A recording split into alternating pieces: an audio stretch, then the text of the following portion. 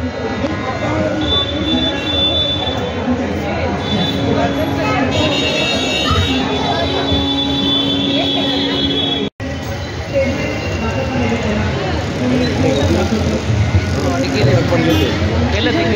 ते पहिलं ते केलं आणि मग वरती आलं मागे तलाव गेला तलाव गेला म्हणून मारला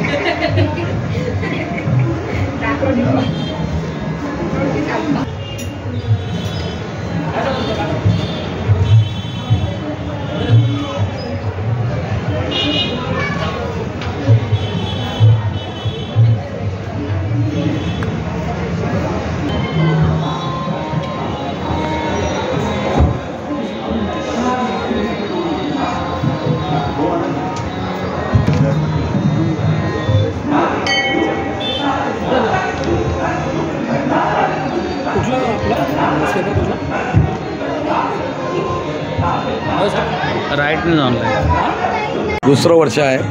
यावेळेला आपण एक काहीतरी वेगळं चांगली संकल्पना देण्याचा आपण प्रयत्न करतो. मागच्या वेळेला आपण एक प्राचीन मंदिर केलं होतं. यावेळेला आपण कोकण ते दक्षिणेकडे जाणारा जो मंदिराचा एक प्रकार आहे त्या पद्धतीचं मंदिर विकसित केलं. नुकतंच राम मंदिराची निर्मिती झाली किंवा मग राम मंदिर करावं का मल्लिकार्जुन करावं असे पर्याय आले.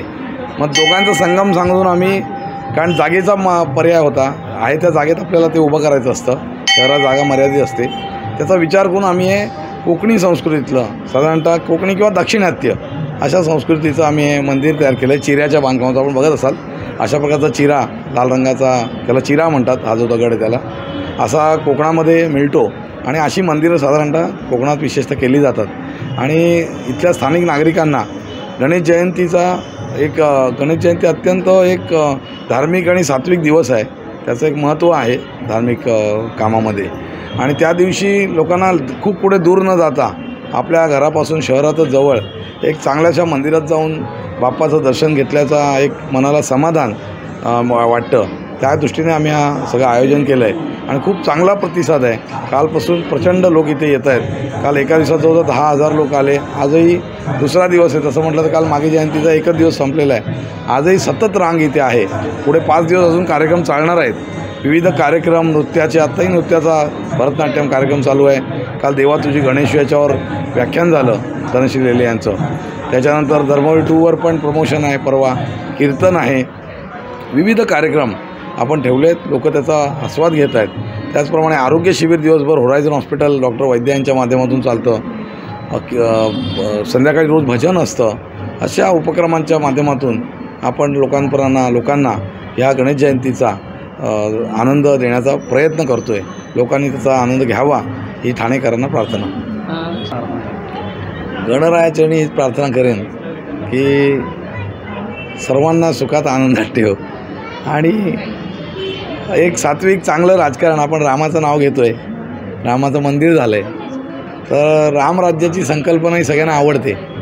महाभारतामध्ये देखील युद्ध झाली, पण महाभारतामध्ये हिंसाचार, त्याच्यानंतर छलकपट, कारस्थानं ह्याचा देखील डोंब आपल्याला पाहायला मिळतो. परंतु रामराज्यात तसं नाही आहे. त्यामुळे रामराज्याची संकल्पना सर्वांना आवडते आणि ते रामराज्य खऱ्या अर्थाने येऊ दे असेच बाप्पाचरणी प्रार्थना करतो. आणि मला म्हणाल तर विवेकानंदांनी सांगितलेलं आहे, स्वामींनी, थिंक ग्लोबली ॲक्ट लोकली. त्यामुळे विश्वाचा, देशाचा, राज्याचा, जिल्ह्याचा विचार करायला मोठी मंडळी आहेत. माझं काम आहे, मी ज्या शहरात राहतो त्याचा तेवढा विचार करावा. त्यामुळे तिथे सुख, समृद्धी, आनंद, विकास हा येईल. ठाण्याला मुख्यमंत्रीपद पण मिळालं आहे, ठाण्याचं नाव वरती आलेलं आहे आणि खरोखर त्याचा उपयोग पण होतो आहे. असं ठाणे शहराची बरकत हो हीच मी बाप्पाचरणी प्रार्थना करेन आणि मलाही ठाणे शहराची बरकत करण्याची, सेवा करण्याची संधी प्राप्त हो ही मी प्रार्थना करेन.